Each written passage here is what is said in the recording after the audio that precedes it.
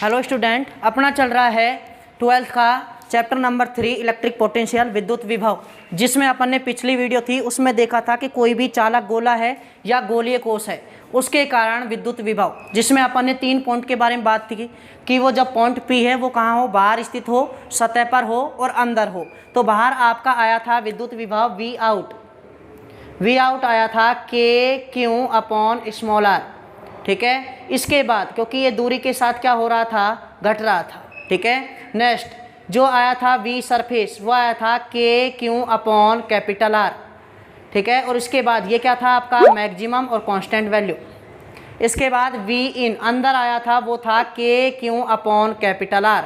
तो यहाँ से क्या निष्कर्ष निकला था कि सतह पर और अंदर जो विद्युत विभव होता है वो समान होता है, यानी VS = V इन ये होता है। और जो बाहर जैसे ही बाहर जाते हैं वो दूरी के साथ क्या होता है, घटता जाता है। ग्राफ के थ्रू देखा था तो कैसा था आपका R = R, R less than R, R greater than R। तो यहाँ ये सतह थी, सतह पर और अंदर क्या था, समान, और इसके बाद दूरी के साथ क्या हो रहा था, वो घट रहा था। ये अपन ने किया था पिछली वीडियो में। आज की जो वीडियो रहेगी वो वीडियो रहेगी आपकी अचालक गोले के कारण विद्युत विभव। देखिए समझे क्या रहेगी, अचालक गोले के कारण विद्युत विभव। अचालक गोले के कारण, और अचालक गोला है वो भी क्या है, समरूप आवेशित है। क्या है वो, समरूप आवेशित। अचालक गोले के कारण विद्युत विभव। देखिए समझे, कोई भी अचालक और चालक का फर्क मैंने बताया था कि अगर हमारे चालक को कोई भी आवेश दिया जाता है तो वो आवेश चलकर कहाँ जाता है, सतह पर आ जाता है। जबकि अचालक को जो भी आवेश दिया जाएगा वो क्या होगा, संपूर्ण आयतन में समान रूप से क्या हो जाता है, वितरित हो जाता है। तो एक अचालक गोला माना, क्या माना अपन ने, ये अचालक गोला, जिसको इसकी जो रेडियस है इसकी त्रिज्या क्या मान लिया अपन ने, R। क्या मानी, R। अब इसको जो भी आवेश दिया जाएगा वो संपूर्ण आयतन में एक समान रूप से क्या हो जाएगा, आवेशित हो जाएगा। तो देखिए ये जो आवेश दिया Q वो पूरे आयतन में समान रूप से क्या हो गया, वितरित हो गया। ये समान रूप से क्या हो गया आपका, वितरित हो गया। और ये आवेश कितना है आपका, Q, चाहे आप स्मॉल q माने चाहे आप कैपिटल Q माने, उससे कोई भी फर्क नहीं पड़ता। अब समझे कि लिख लेते हैं पहले, माना R त्रिज्या का एक अचालक गोला है, माना R त्रिज्या का एक अचालक गोला है जिस पर आवेश क्यों है, और इस अचालक गोले के कारण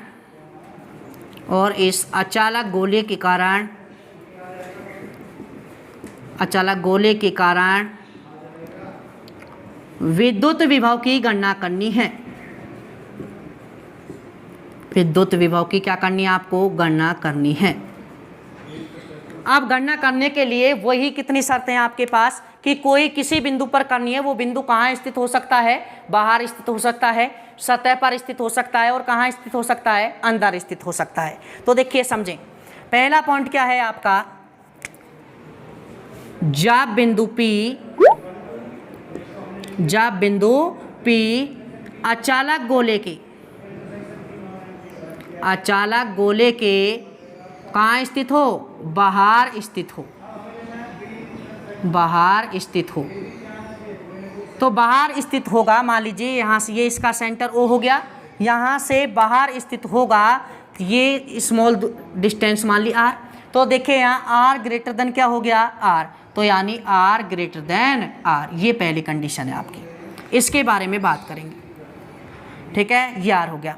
अब ये पॉइंट क्या है आपका P। अब इस पर आपको निकालना है विद्युत विभव। क्या निकालना है, विद्युत विभव। तो कोई भी टेस्ट चार्ज उसको कहाँ से लाना पड़ेगा, अनंत से। कहाँ से लाना पड़ेगा, अनंत से। और कहाँ तक लाना पड़ेगा, R दूरी तक। कहाँ तक लाना पड़ेगा, R दूरी तक। तो जो वर्क डन होगा, कार्य करना पड़ेगा, वही क्या होगा आपका, विद्युत विभव होगा। तो देखिए हम जानते हैं कि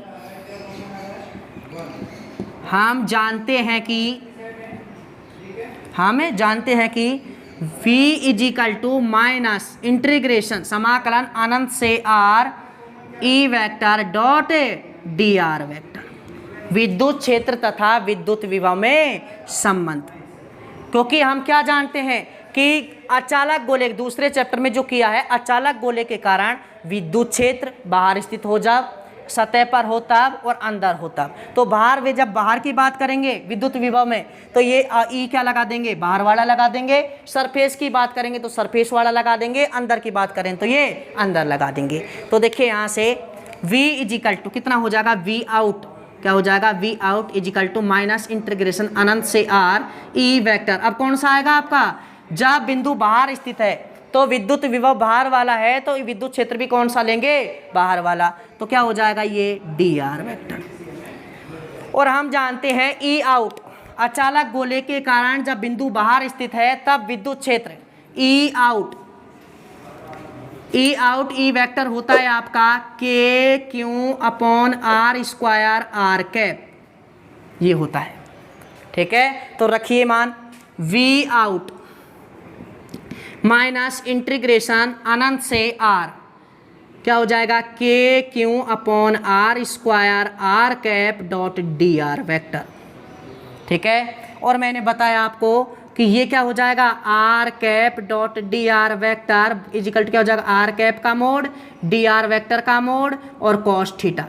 ये आपका एकांक सदिश है तो ये कितना होगा, एक, ये कितना हो जाएगा डी आर, और थीटा बराबर यहाँ कितने डिग्री है, आर कैप की दिशा में ही आर वेक्टर है। ठीक है, तो कितना हो जाएगा 0, तो कितना क्या बचेगा आपका डी आर। कल भी बताया था, आज फिर बता दिया।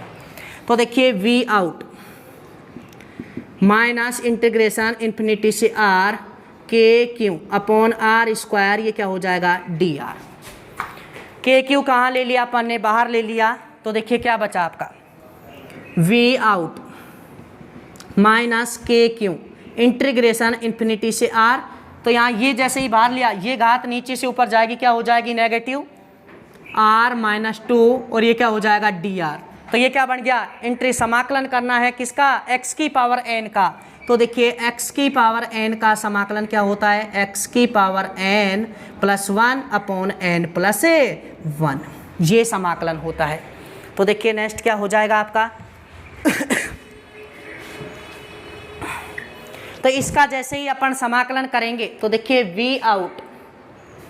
We out is equal to minus के क्यू, तो करिए समाकलन कितना हो जाएगा, r minus 2 plus 1 upon minus 2 plus 1 integration infinity से r v out is equal to कितना हो जाएगा माइनस के क्यू, यहाँ माइनस आर माइनस 1 और यहाँ कितना हो जाएगा माइनस 1 इन्फिनिटी से आर।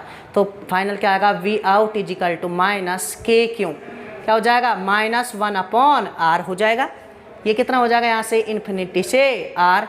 लिमिट रखिए, पहले अपर लिमिट माइनस फिर लोअर लिमिट।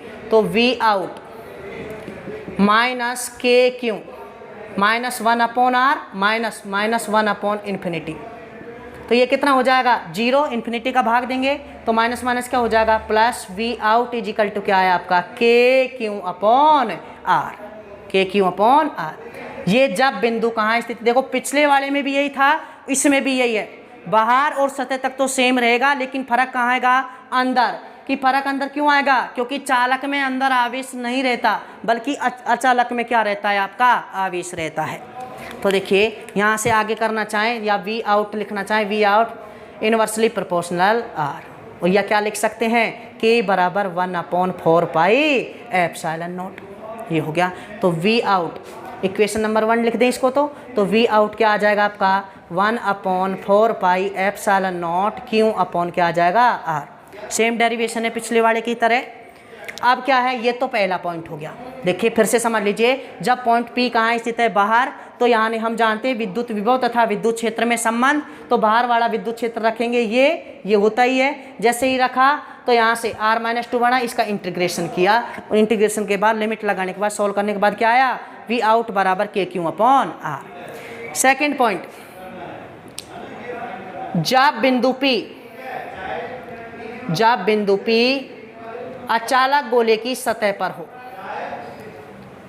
अचालक गोले की सतह पर हो, इसका मतलब क्या है, R इजिकल टू R, यानी small r equal to capital R। ठीक है, तो यानी इक्वेशन 1 से डायरेक्ट देख लीजिए, समीकरण 1 से कितना हो जाएगा, V सरफेस इजिकल टू क्या हो जाएगा, के Q upon capital R, K Q upon capital R, ये हो गया। अब देखिए बात रही तीसरे पॉइंट की, यहाँ लिख रहा हूँ, दो तो क्या आए हैं आपके, देखिए दो कौन कौन से आए हैं आपके, एक तो है ई आउट और एक है ई सरफेस। वी आउट के क्यू अपॉन आर और वी सरफेस के क्यू अपॉन स्मॉल आर और के क्यू अपॉन कैपिटल, दो तो आगे। अब देखिए तीसरा है, वो है वेरी इंपॉर्टेंट। तो तीसरा, एक बात तो मैंने बताई थी कि जब तीसरा ज्ञात करते हैं तो उसके बाद दो पार्ट में डिवाइडेशन करते हैं। कैसे कि एक तो अनंत से सतह तक लाएंगे और एक सतह से अंदर तक लाएंगे। तो देखिए समझे, जब बिंदु P अचालक गोले के कहाँ स्थित हो, अंदर स्थित हो, कहाँ स्थित हो, अंदर। तो देखिए समझे, तीसरी कंडीशन, दो तो हो गई, तीसरी कंडीशन देखिए, तीसरी कंडीशन क्या है आपकी, जब बिंदु P अचालक गोले के अंदर स्थित हो, कहाँ हो, अंदर। इसका मतलब क्या है आपका कि R less than capital R, यानी ये बिंदु यहाँ बाहर और सतह पर ना होकर कहाँ स्थित है, अंदर स्थित है। ये बिंदु क्या हो गया आपका P, ये तीसरी कंडीशन है। ये डिस्टेंस कितनी है, R। तो देखिए यहाँ से कितनी बार, जब अनंत से कोई भी परीक्षण आवेश को लाएंगे तो कितने भागों में बांटना पड़ेगा इसको, दो भागों में। एक तो कौन सा है आपका, अनंत से स्मॉल कैपिटल R दूरी तक, यानी सतह तक, R दूरी तक। और सेकंड भाग कौन सा होगा भाई, इस बिंदु तक P तक पहुंचाना है किसी भी आवेश को, तो अनंत से एक तो सतह तक और एक सतह से अंदर तक, तो R से स्मॉल r दूरी तक। समझ में आ गया, ठीक है। तो देखिए अब टोटल V क्या हो जाएगा, हम जानते हैं विद्युत विभव तथा विद्युत क्षेत्र में संबंध। तो इसको देखिए V इजिकल टू, भाई अनंत से लाना तो R दूरी तक ही है, लेकिन कितने पार्ट में लाना है, दो पार्ट में, एक अनंत से कैपिटल R तक और एक कैपिटल R से स्मॉल r तक। तो V इन इजिकल टू क्या हो जाएगा आपका, बताइए, इंटीग्रेशन माइनस इंटीग्रेशन, अनंत से कहाँ ला रहे हैं, सतह तक, अनंत से कहाँ ला रहे हैं, सतह तक। तो ये क्या हो गया, E surface E vector dot D R vector plus minus कहाँ लाएंगे, वो कैपिटल R से स्मॉल r, यानी सतह से अंदर तक। तो अंदर है तो यहाँ कौन सा का होगा, विद्युत क्षेत्र भी क्या होगा आपका ई इन, तो क्या हो जाएगा E in vector dot D R vector. ये है फाइनल। देखिए अनंत से लाना तो R दूरी तक ही है यहाँ तक, लेकिन कितने पार्ट में लाना है, दो पार्ट में लाना है। कितने पार्ट में, दो में। तो एक तो अनंत से सतह तक और एक सतह से अंदर तक, ठीक है। ये अभी आपने सॉल्व किया है कि अनंत से सतह तक लाने में पर जो, यानी इसके कारण सतह पर जो बिंदु होता है उस पर विद्युत विभव कितना होता है, बताइए। वो होता है आपका K Q upon capital R। किया है अभी सॉल्व। तो देखिए यहाँ से कितना हो जाएगा, V इन बराबर क्या हो जाएगा, के Q upon capital R minus plus into minus क्या हो जाएगा, माइनस। यहाँ से क्या हो जाएगा, integration capital R to small r और E in vector dot D R vector. अब समझिए, अब अचालक गोले के कारण अंदर विद्युत क्षेत्र लगाना है। अचालक गोले के कारण क्या लगाना है, अंदर विद्युत क्षेत्र। और हम जानते हैं कि अचालक गोले के कारण अंदर विद्युत क्षेत्र कितना होता है। तो देखिए कितना होता है आपका, चालक के कारण तो 0 होता है और अचालक के कारण ये फॉर्मूला आता है आपका E in vector is equal to k Q small r upon r cube, और यहाँ क्या आता है r कैप, ठीक है। ये क्या है कि अचालक गोले के कारण अंदर विद्युत क्षेत्र। तो देखिए लगाइए वहाँ से, इस इक्वेशन में क्या हो जाएगा, V in K Q upon capital R minus infinity, यानी इस कैपिटल R से small r, K Q small r upon r cube r cap dot D R vector. और ये मैंने बताया R cap dot D R vector किसके बराबर होता है, डी आर के बराबर होता है। तो यहाँ से जैसे ही करेंगे और कॉमन क्या आ रहा है, देखिए यहाँ से के क्यों बाहर आ गया, यहाँ से वी इन के क्यों अपॉन आर माइनस के क्यों अपॉन, यहाँ से देखिए के क्यों अपॉन आर क्यूब, यहाँ क्या हो जाएगा आर और स्मॉल आर डॉट क्या हो जाएगा यहाँ डी आर। अब देखिए इस कैपिटल आर को बाहर क्यों लिया है, क्योंकि समाकलन करना है किसके, स्मॉल आर के रेस्पेक्ट में, तो आपको स्मॉल आर ही अंदर रखना है। इस कैपिटल आर तो क्या हो जाएगा, कांस्टेंट हो गई, कहाँ जाएगा बाहर। और हम जानते हैं ये भी आर की पावर क्या बन गया एन या एक्स की पावर एन, तो x की पावर n का समाकलन क्या होता है x n plus 1 upon n plus 1। तो करिए यहाँ से v in is equal to k Q upon capital r minus के क्यू अपॉन आर क्यूब, और ये कितना हो जाएगा यहाँ से r square by 2, r 1 plus 1 और 1 प्लस 1 कितना हो जाएगा 2, तो यहाँ कितना हो जाएगा कैपिटल आर से स्मॉल आर। रखिए लिमिट रखें, यहाँ से देखिए वी इन यहाँ से कितना हो जाएगा के क्यू अपॉन आर माइनस के क्यू अपॉन आर क्यूब, ठीक है। यहाँ से कितना हो जाएगा आपका आर स्क्वायर बाई 2 माइनस, ठीक है, फिर क्या रखेंगे कैपिटल आर, तो कैपिटल आर स्क्वायर बाई 2, ठीक है। तो फिर क्या कॉमन ले लिया यहाँ से v in is equal to K क्यों क्या ले लिया अपन ने कॉमन, तो यहाँ फाइनल क्या बचा के क्यों अपॉन यहाँ यहाँ क्या बचा 1 upon R minus 1 upon are cube, ठीक है। इसको जैसे ही अंदर गुणा करेंगे तो क्या हो जाएगा आर स्क्वायर बाई 2 और माइनस माइनस क्या हो जाएगा प्लस, क्या हो जाएगा यहाँ से प्लस होगा, तो कितना हो जाएगा R square upon 2 R cube, ठीक है, ठीक है। यहाँ से वी इन के क्यों एलसीएम के देखो यहाँ से ये 2 घात और ये 1 गई 3 घात, ये तो कटी गई, एलसीएम कितना आया आपका 2 आर क्यूब, कितना आया 2 आर क्यूब। तो देखिए यहाँ कितना हो जाएगा, यहाँ कितना बचेगा आपका 2 आर स्क्वायर माइनस कितना हो जाएगा 2 आर क्यूब तो है ही एलसीएम, यहाँ कितना हो जाएगा आर स्क्वायर और यहाँ कितना हो जाएगा आपका देखिए 2 आर बचा, कितना बचा 2 आर, तो यहाँ कितना हो जाएगा आर स्क्वायर।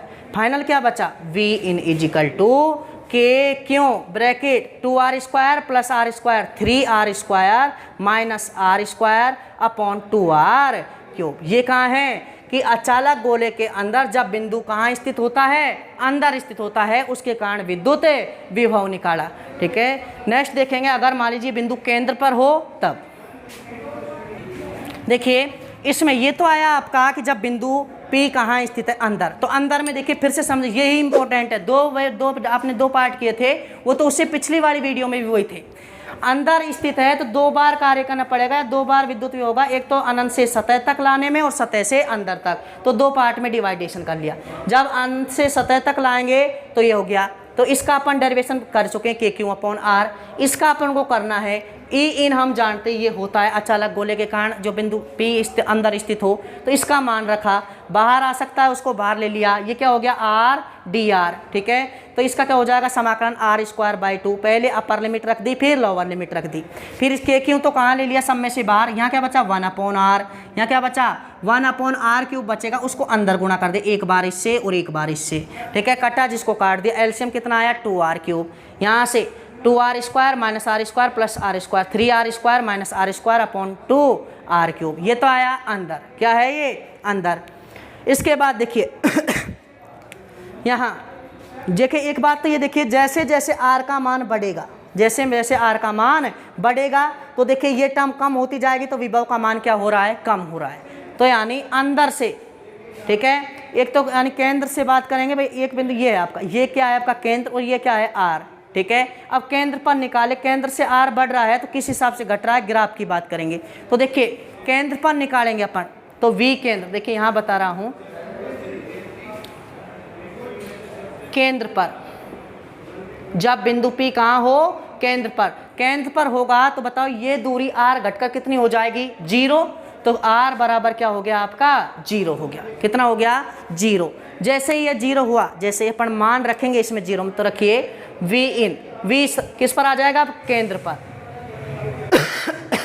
वी केंद्र बराबर के क्यों 3 आर स्क्वायर माइनस 0 अपॉन कितना हो जाएगा 2 आर क्यूब, कितना हो जाएगा यहाँ से आर स्क्वायर से ये कटी जाएगा, तो वी केंद्र कितना आया आपका 3/2 और कितना हो जाएगा KQ/R।